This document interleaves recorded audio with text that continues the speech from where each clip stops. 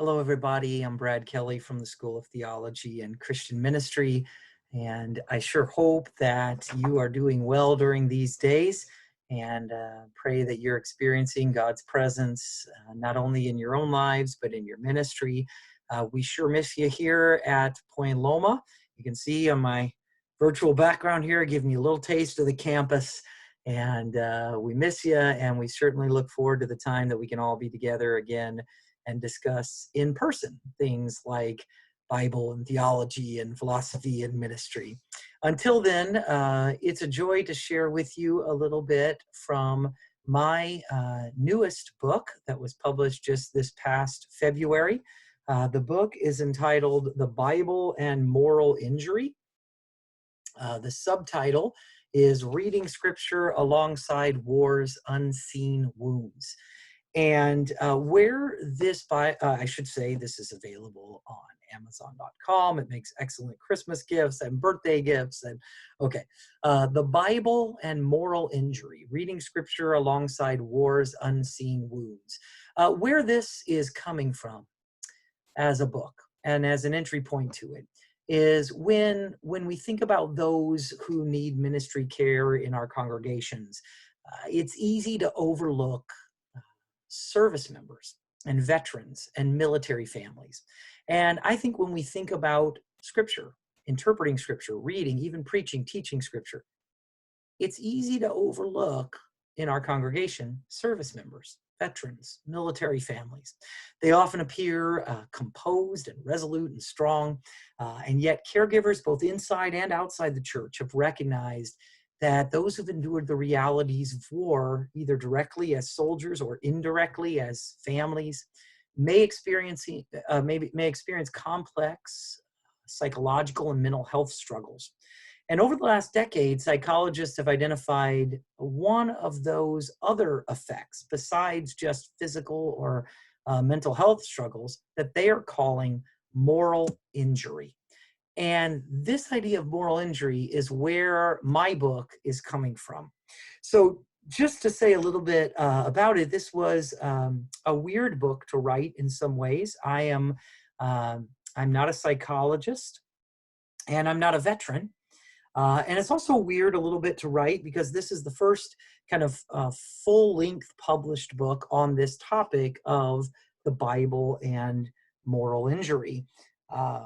And the book is, as I said, pretty much brand new. It came out in February, and so I haven't quite figured out exactly how to talk about it yet.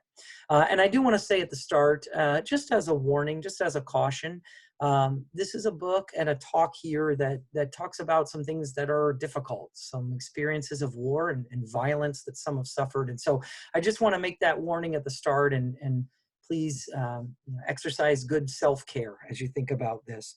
But basically in this book, I'm trying to accomplish one goal, and I'm trying to explore one idea in the book, and then use several different case studies to kind of explore that idea.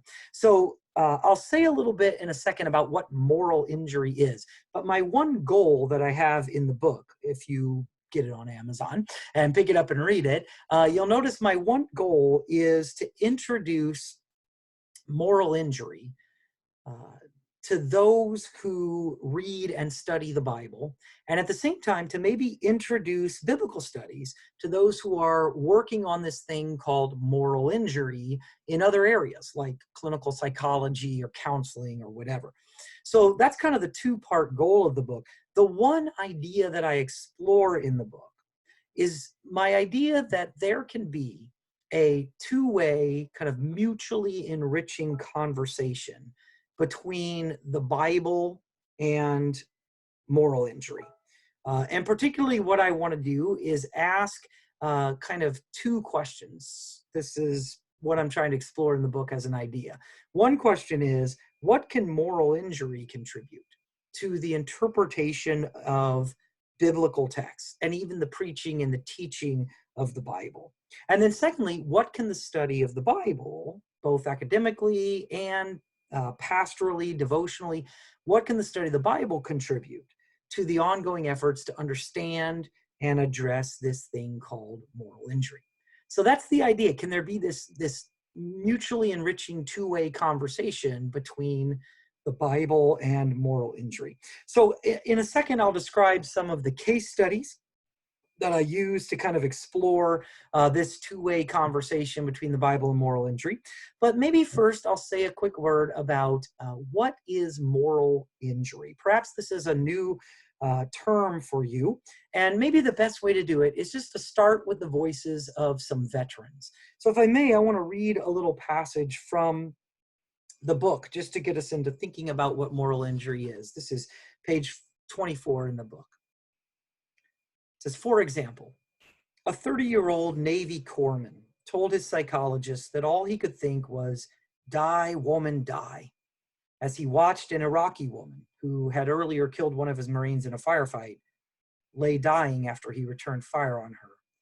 As a corpsman, his role was now to save her, but all he felt was anger and a desire for her to die. Quote, "It bothers me that it doesn't bother me, Doc. Is that wrong? Am I evil?" he asked his counselor.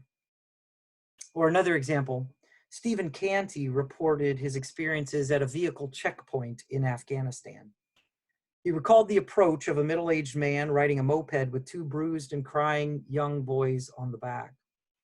The Marines there knew that the boys had been raped. But because they had no weapons, Canty said, quote, "By our mission here, they're good to go. They're okay. And we're supposed to keep going on missions with these guys. Your morals start to degrade," end quote. Maybe you get the idea that moral injury, the way that I would kind of define it, is to say that moral injury is a non-physical wound that results from the violation of a person's core moral beliefs, beliefs about themselves and beliefs about the world. And that violation can be done by themselves or it can be done by others.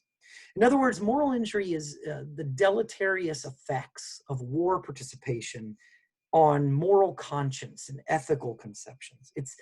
It's the wrecking of a person's fundamental assumptions about what's right and about how things should be in their life or in the world. Moral injury is maybe even a sense of having lost any kind of reliably moral good world in which to live, or any sense of themselves as a morally good person. Probably my favorite definition of moral injury is by a Christian theologian named Michael Yandel. He says simply, moral injury is a despairing of the self and a despairing of the world. That sense where I have come to despair over myself as maybe not even being a good person, or I have come to despair over the world as not a good, reliably moral place.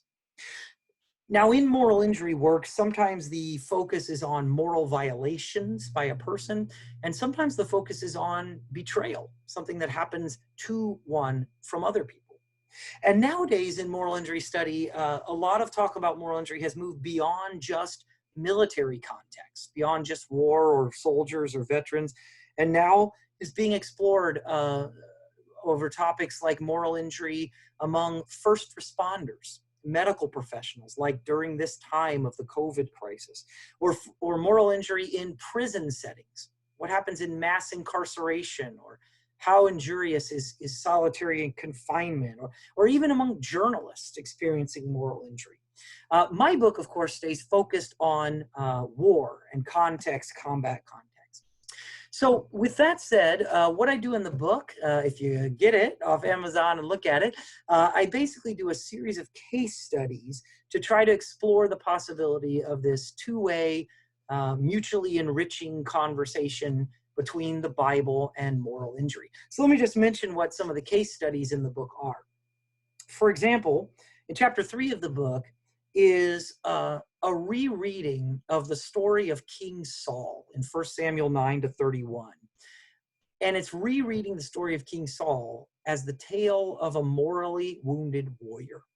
You might know that sometimes the story of King Saul's been read as a kind of tragic figure or someone who's got these psychological flaws. But what if we go back and read King Saul and the experiences we see in Saul's story as the effects and the experiences of moral injury?